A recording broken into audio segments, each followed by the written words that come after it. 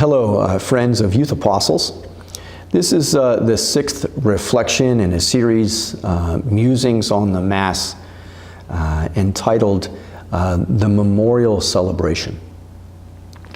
The Church reminds us that the Mass is, in fact, a memorial event.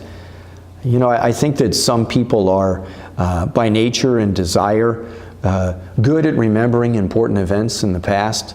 I think certain people in our families and among our friends and seem to just have a knack for recalling anniversaries and birthdays and even a desire to celebrate them.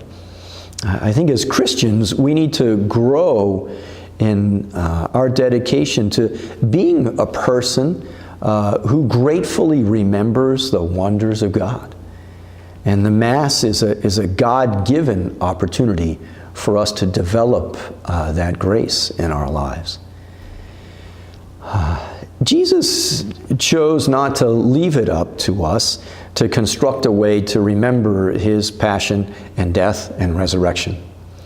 He very intentionally, on his last night with his apostles, left us the heart of this celebration. He instituted the Eucharist as his parting and most precious gift to the church.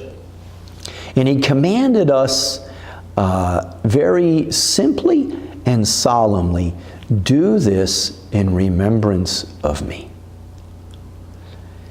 You know, so often the people of the Old Testament are chided by the Lord and by the prophets because they failed to remember all that the Lord had done for them. They quickly forgot his marvelous deeds, such as the preservation of Joseph in Egypt after his brothers betrayed him, and he became an opportunity really for the salvation of the people of God from a famine.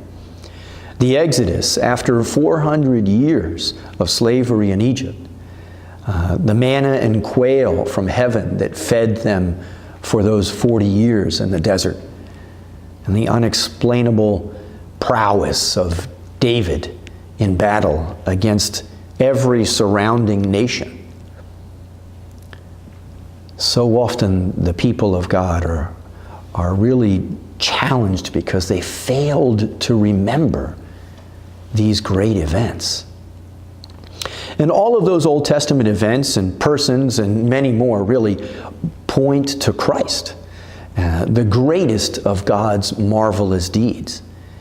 God, in his infinite wisdom and love, chooses to send his only begotten Son.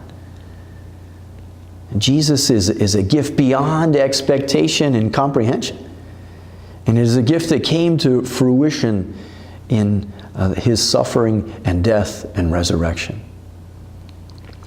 If we fully grasp the severity of the effects of sin in our lives and on the world and in the lives of our family members, if we glimpse the beauty of God's love and mercy poured out in his Son, Jesus Christ, if we are one of those disciples who gets it with reference to the gift that Jesus is to us, then we will long to be present at Mass, where we can gratefully remember the greatest of all of God's deeds, the gift of his Son, Jesus Christ, who suffered and died for us.